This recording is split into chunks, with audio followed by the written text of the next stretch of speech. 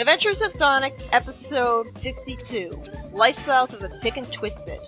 Robotnik asks where's the letter he's expecting is. He wants to be a TV star. Wouldn't he already be one since he's an evil dictator? Well, an evil wannabe dictator? The letter tells Robotnik no, with no actual explanation for it, like, you're evil, so I want to spite you, which would have made the host of the show look more heroic. Robotnik then refuses to watch the show until he wants to see who was picked for the show instead of him. He sees the host pick Sonic. Why did I expect anything different from the show? Fucking hell. It's so predictable that it loops back around into being unpredictable because you expect better of anything. How did they get camera footage of Sonic? He's too fast. Why does everything have to get right down to Sonic? What a black hole Sue creator's pet. Sure, there are a few moments where his flaws backfire on him in this show, but that doesn't make up for the fact that the universe revolves around him like a black hole Sue and he gets all of his victories way too easily, like a heroic inversion of the villain Sue. His flaws barely negatively impact him, so do they really count? He shouldn't be on this show. I mean, he shouldn't be here. Anyways, Robotnik reveals that he threatened his way to get on the TV show with kidnapping the host's daughter. I mean, niece, apparently. Somehow, the TV host finds his way into Robotnik's fortress really easily. Surprisingly, the host briefly hesitates with a smirk before agreeing to his demand. I guess he really hates his niece. And the raspberry would explain it. Seriously, how did he get here that easy? Robotnik's fortress should have guards, a security system.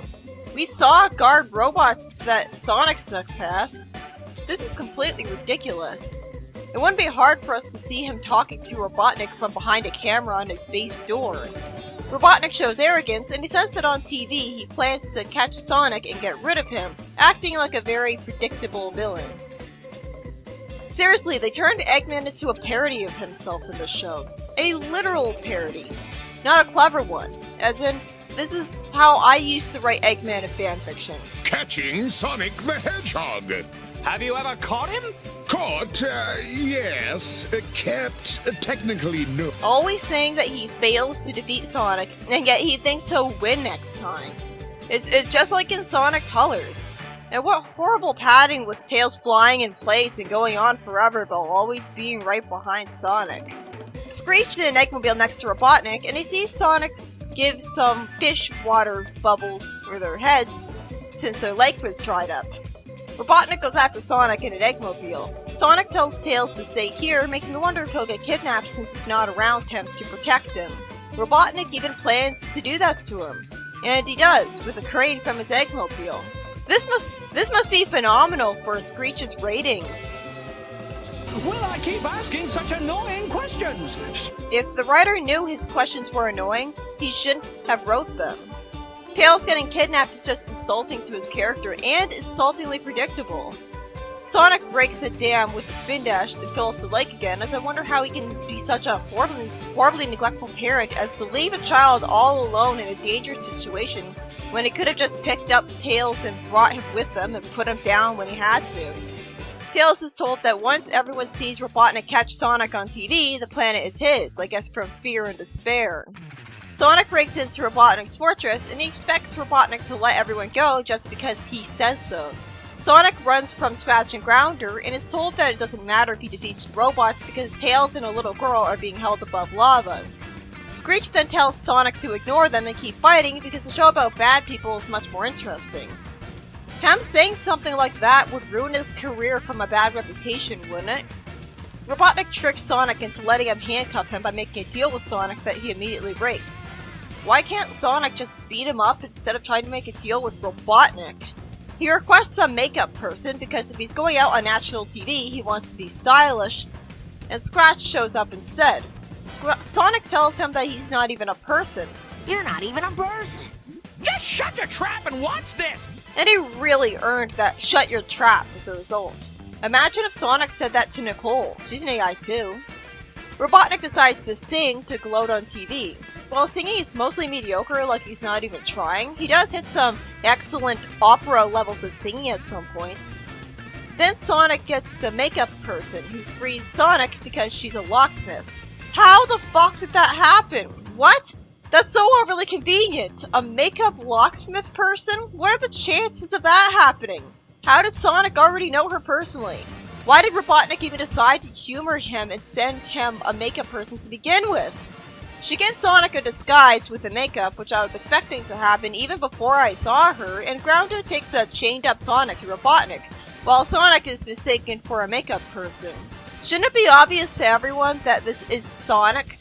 When Robotnik says he knows it's a nose, but why does he have it? I actually laughed a little for the 5th time in the show. I know it's a nose, but why do I have it? Sonic then ties up Robotnik, and then he reveals to Robotnik that the kidnapping victims are all free. So Robotnik gets tickled with a feather, and he insultingly, condescendingly, easily is made to say things he'll never say to Sonic.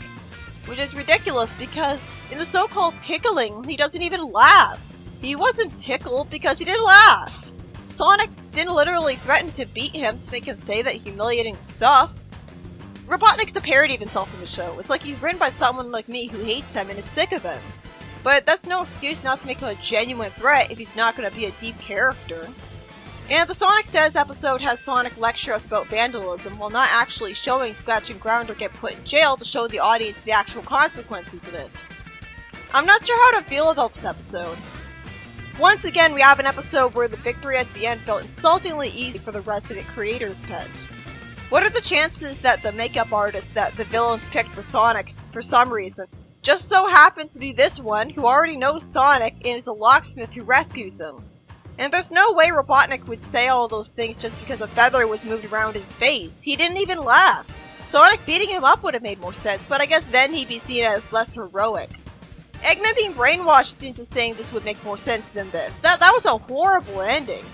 Not to mention that him telling Sonic to ignore the kidnapped people, one of whom is his own niece, should have been a PR disaster for him and gotten his show pulled off the air. I mean, what happens after this? Robotnik's the only villain and he's had a great time filming him for a show, so what motivation does he have to continue his show the way it is? Who can he invite now? Convicts? Wouldn't anyone invited on a show with a title like that be offended and not want to show up for the public humiliation? And it really is a shame because the ending was the only really horrible part, aside from Tails being kidnapped insultingly easily, when that's such a tired cliche of the show by this point. When Sadie M ended, it was a huge loss because it was just about to get really good. And this show contrasts Sadie M in every way. And while I'd still like to see more episodes of this, at least in theory because it would add to the Sonic franchise, I'd never want to see more bad episodes of the show, and the show has clearly run out of ideas by this point. And guess what? This episode didn't have any thumbs down when I watched either. What an overrated cartoon. I feel like its biggest fans might not even realize it has problems. At least Sadie M was relatively good, if heavily flawed. So while some may call overrated, it's earned it, because when it comes to Sonic cartoons, the best is the worst.